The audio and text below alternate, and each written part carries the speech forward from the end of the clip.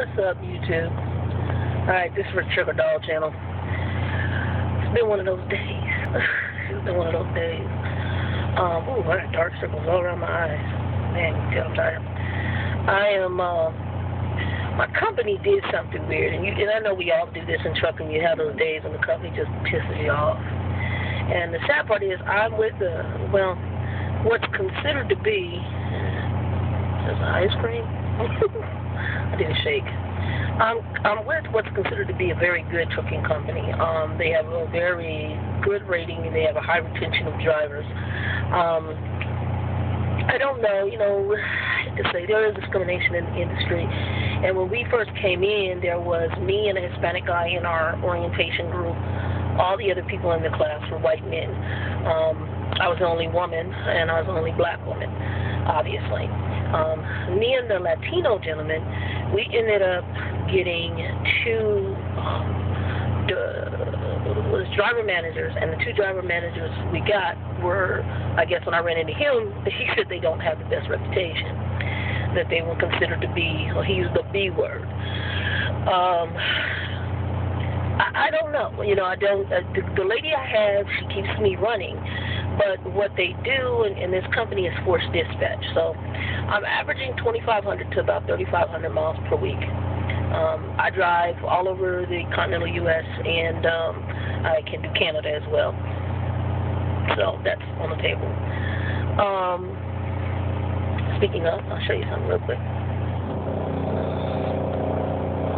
Come on up. My hat got caught. You guys see my hat? Okay, there you go. I got that from the duty free, which is a shop. We'll talk about that later. Anyway, what ended up happening was I got to El Paso, Texas. I had a load to deliver from. We have two divisions of, well, actually three, but one they don't really talk about. We have a refrigerated division that they don't really claim, but it's under the same company. We have an LTL division, which is less than truckload. Usually those are the little double trailers you guys see, and that usually those are your local guys. And then you have the over-the-road group, which is truckload, which is my group, and I'm truckload. Now, most people you meet from my company, oh my God, glowing reviews, and for the most part, I'm extremely impressed with a lot of aspects of the company. The thing that has turned me off the most is this thing of get out your bunk and roll right now. And I've had to tell them, I don't roll that way. I don't care who you are. I mean, right now in the trucking industry, if you guys decide to come into the trucking industry, there is an estimate of, I think, a 200,000 driver plus shortage of drivers that they need for this industry. So if you can handle this lifestyle, they need drivers. The problem with why they turn over so many drivers is, A, the internal attitude of the corporate structure, which I'll get to in a whole nother video. Because if you can sense what I get from down here now, not being somebody in the office, I fully understand why there's a high turnover in this industry. The treatment of the drivers, which is a twofold issue. It's some of the attitude within the internal office needs to change. But the other problem is we do have some drivers out here that are very questionable, and you're like, okay, you're an idiot, and you're a slob, you look like a hot mess, you ain't taken a bath in 28 days, I can smell you from the highway. It's like Linus with the blanket, what I think it was Linus with the blanket in the cartoon, and you can smell him, and dude, you stink, I got one friend of mine who was a trucker, and I met him, and he was a really nice cat, but we worked at Swift together, and he's worked for a whole other company, and this guy is just never, in my opinion, clean. His hat had a layer of dirt on it I was just like, oh my God. They don't take care of their teeth, and I still need to finish up my braces, but they don't brush their teeth, the teeth are rotten out, they got a cigarette rolling down the road. So those people have given truck drivers a bad reputation. The sad part is that there are truckers in this industry who aren't like that. I mean, I got a problem with the truckers who get out with the flip-flops on, but I get out with my flip-flops on sometimes for showers. So you can't judge it by that scenario. But if you see them all the time, they got the shorts, the flip-flops, the T-shirt, and that's all they care about, and they don't take showers, and they smell like hell, and they smell like they just got out the ashtray. Yeah, I have a problem with that. I mean, right now my truck's a hot mess, and I'm like, really, but I've been running so hard. I'm getting ready to take some home time and go see my dad because I need to rest and get out the truck and get me a hotel or something. I don't stay with him because he's a smoker, and I only would have to stay with him if I had to stay with him. That's why. But anyway, El Paso, I had a load. The load went into El Paso, Texas, okay? Quite simple.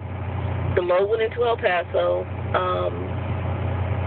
I got there. The load was to the, so I stopped in Phoenix. I was able to hang out with James, get me, a shower, was at a friend's house, and I had to get back on the road. I stopped in Phoenix for the night, and then I, hung out with a friend, went to Cheesecake Factory. We had a good time. Walked around one of the stores, went to Target, got some things I needed for the truck. Oh, I need to get a bottle of water tomorrow. Anywho, got to El Paso, and the next thing I know, these geniuses turn around and they give me, I dropped the load. I had 3 hours left on my clock, okay? So on 8-5, I'll give you this scenario, on 8-5, I drop a load in El Paso. I had 3 hours left on my clock. For the drivers, you know what I'm talking about. I end up getting another pre-planned load, and it's a local delivery, which was totally weird to me because I was like, well, we got a local yard jockey on the drop yard because we have a drop yard there, and we have our LTL division there, which is what I was taking from one day LTL to another. Sometimes we carry their freight too. So the load they gave me was going to go 6 miles. It just made me sense. It's going to go 6 miles up the road. So on the 5th, I got the notice of the pre-plan for the local run, okay, which is going to go 6 miles from our drop yard to a furniture store in El Paso, and now it's going to be empty, right? So the next morning, which was the 6th, is the day I was supposed to deliver the load at 9 in the morning. I get up and I deliver it. I leave out about 8:30. I get to this place, deliver the load, sit in their dock for about 2-3 hours, whatever it was. While they're unloading me, I'm doing my paperwork. And these buzzers, I really didn't like the place all that much, I'm going to be honest. One, they were too lazy to come get the paperwork. I tried to walk the paper to them. They said, oh, no, just put it in the dock right now. And they just started unloading everything. So I work on my, paperwork that I need to have scanned to send to my company. And lo and behold, these dumb butts turn around. They don't come back and get the paperwork for me. I'm like, well, where are they getting to come and get the damn paperwork? I'm waiting, and I'm like sitting there, and there's another truck from another company, and we're just sitting there looking at each other because nobody told us. They're done unloading us. They've been done unloading us for freaking almost like 30 minutes to an hour. Nobody came and knocked on our trucks, nothing. So finally I went, and a couple was like, yeah, we haven't seen anybody doing any more unloading. All the stuff just sitting on the dock. So I walk in there, I walk into the warehouse. Oh, we were yelling at you to tell you we were done. Like, dude, are you for real? You're too lazy to walk out the side and knock on the truck. It just made no sense. Anyway, I got my paperwork. A couple next to me who was driving their truck, they got their paperwork. So I then head to the truck stop, scan all my paperwork, and then I head to our drop yard, okay? Get to the drop yard about 12:30. About, let's say, 12:45, 1 o'clock, I receive another plan. This plan's going to take me all the way back up north. I'm going north to, like, Sweetgrass, Montana area, okay? That is approximately, well, where I'm going to is exactly 2,168 miles from El Paso, okay? So, note, I got the assignment on the 6th. I arrived in El Paso on the 5th with 3 hours left on the clock on the 5th. I now have a fresh clock on the 6th to start running for 11 hours. And I receive a plan on the 6th after dropping the local run, which started my clock at 9 a.m. at 8:30. And I receive a plan now that I got to go 2,168 miles. Now, originally they told me that load had to deliver by the 10th. That wouldn't have been a problem. But then they came back, and I have to make some stops on this run. So they then want me at a 1,900-mile stop on the 9th at 6 a.m. I'm solo. That ain't going to happen. So I sent a message the next morning because I'm dealing with the weekend people who I don't think are all that intelligent and the night people. And I sent a message the next morning to my driver manager. I said, look, you guys gave me this, but this is not going to happen. There's no way that I can get from here to here as a solo driver. Well, if you drive your full 10 hours, you should be, And if you have a problem, then just let us know. I'm letting you know right now. This is not going to happen. I'm driving terrain from El Paso all the way to Sweetgrass, Montana. Granted, they're not like mountains like, the Rockies or the Alps on the, on the East Coast, but they're mountains. So I don't drive mountains 65 freaking hours to the floor. I got a load. I have not seen what it looks like, how it's packed. I don't know if it's top heavy. So I'm not going to take my corners like real half. I usually drop them down by about 5-10 miles below the posted speed limit. Because I don't know what's back there. I don't know how it's packed. I don't know anything about it. This load came on from Mexico. It's furniture of some sort. Anywho, I'm telling her, look, this is going to be the problem. This is going to happen, and there's no way in heck. And I already knew, just based on the trip, I'm not going to get there by 6 a.m. in the morning. So then she's like, well, okay, I'll talk to the CSR, customer service rep, and have them see if they can set up for a different arrival time. Okay. So the next day I wake up this morning, that's today, and today is so I drove out, that was the 7th yesterday when I had that conversation. On the 8th, which is today, I wake up this morning, I get a shower last night, I ate something, and I didn't get to bed 2 hours, 2 hours after. So I got to bed late. Now, what your clock does is if you have it in off and sleeper burst on the EOBRs, which is electronic onboard recorder, which is your logs, if you have it on off and SB, sleeper burst, it actually will register the off as off time and can reset the clock for the 11 hours, which sucks. What it did was it gave me, I put myself on sleeper burst, but it said my hours came back before my sleeper burst was really up. And so they're beeping me talking about, we need you to roll right now. We're showing you got your hours back. Yeah, that's not going to happen. And so I basically had to check them. I said, look, let's get an understanding because we're about to come to an impasse. I don't just get out my bunk and roll. And you can tell me 5 million times under the sun, I'm just going to start ignoring you.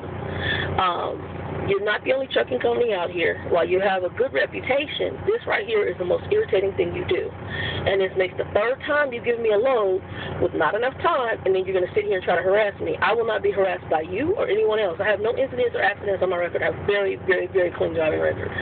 So I'm not going to be harassed by any of you damn people all and through this company to do this faster than what I have here. This is what I'm going to do. This is it. Nothing else. And you don't like it? This is all I'm doing. So, lo and behold, what ended up happening, I sent them it was more detailed than that, but it was a very lengthy message, and basically telling them this is going to cease, it's going to stop, or you're going to go your way and I'm going to go mine. Next thing I know, attitudes changed. We're sorry, and it looks like I got you to the border by such and such, and we corrected that time, and if you need anything, let us know. Because if you as the driver let these companies continue to run over you, they will, and there are so many options. Again, 200,000 jobs are available. I had put my resume out back in trucking back in October of last year. I am still getting calls today from trucking companies wanting to hire me. So this company is not the only company. Like I said, I run my ass off. They give me the miles. I'm making good money. But they're not the only company. My next gig will probably be local, though, because I'm tired of the overall drama, the overall drama. I love driving. I just don't like the bull that goes behind it. If you give me my loan and leave me the hell alone, you got the best driver in the world and give me miles. So anyway, peace, joy, happiness. Holla back.